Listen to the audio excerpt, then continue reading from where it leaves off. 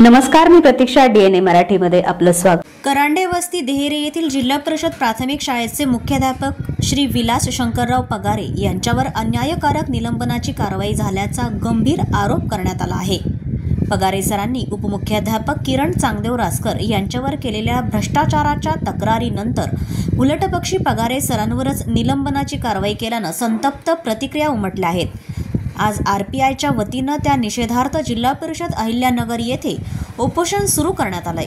यावेळी सुनील साळवे, अविनाश भोसले, राहुल ठोंबे, संदेश पाटोळे, रवींद्र पवार, स्पेस पगारे, दीपक पगारे, संजय कांबळे, पोपटराव पगारे, विजय भांबड, किशोर आठवले, अभिजित साळवे, उत्कर्ष भालेराव, विवेक भिंगारदेवे, माया जाधव, सविता कांबळे, सारिका गांगुर्डे, मनीषा साळवे आदी कार्यकर्ते उपोषणाला बसले होते. अहमदनगर जिल्हा परिषदेसमोर आज Republican party of India Athawale या पक्षाच्या वतीने विलास शंकर पगारे मुख्याध्यापक कारंडे वस्ती देहरे तालुका अहिल्यानगर या मुख्याध्यापकाला निलंबित करून त्यांच्यावर अन्याय केलेला आहे. त्यांचं निलंबन मागे घेण्यासाठी आज पक्षाच्या वतीने उपोषण करण्यात येत आहे. आमची दुसरी मागणी अशी आहे की त्या कारंडे वस्तीवरील उपमुख्याध्यापक किरण रासकर याने 2023-24 मध्ये 41,421 रुपयाचा अपहार केला आणि अपहार केल्याचा रिपोर्ट मुख्याध्यापक विलास पगारे यांनी शिक्षणाधिकारी यांच्याकडे केल्यानंतर रासकर यांनी माफीनामा दिला आणि त्यांच्यावर कार्यवाही झाली नाही. त्यानंतर उपमुख्याध्यापक रासकर यांनी शाळा सोडल्याच्या दाखल्याच्या रजिस्टरमध्ये 7 दाखल्यामध्ये जातीमध्ये खाळाखोड करून दुसऱ्या जाती टाकण्याचं काम केलं. तोही रिपोर्ट शिक्षण विभागाला मुख्याध्यापक या नात्याने पगारे यांनी दिला, परंतु त्यांच्यावर कार्यवाही न होता मुख्याध्यापक पगारे यांनाच निलंबित करण्यात आलेला आहे. गावातील काही लोकांनी पगारे यांना आमच्या मुलांची जात बदलून द्या अशी मागणी केली.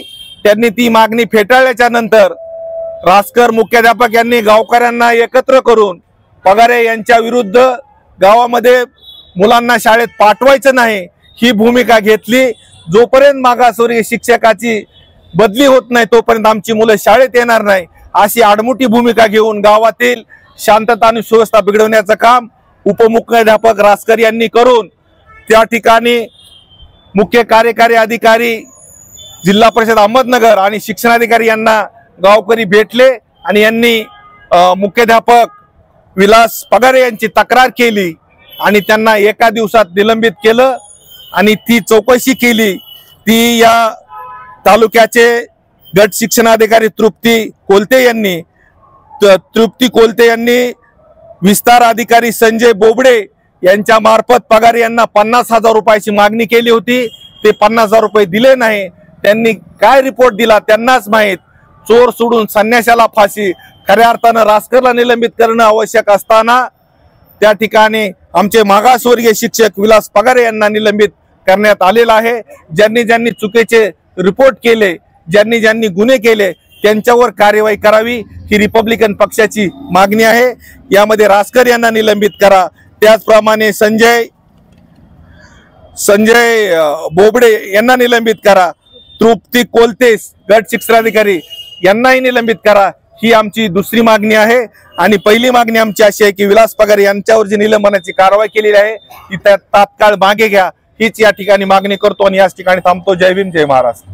प्रतिनिधी मुंतजीर शेख, DNA मराठी, अहिल्यानगर.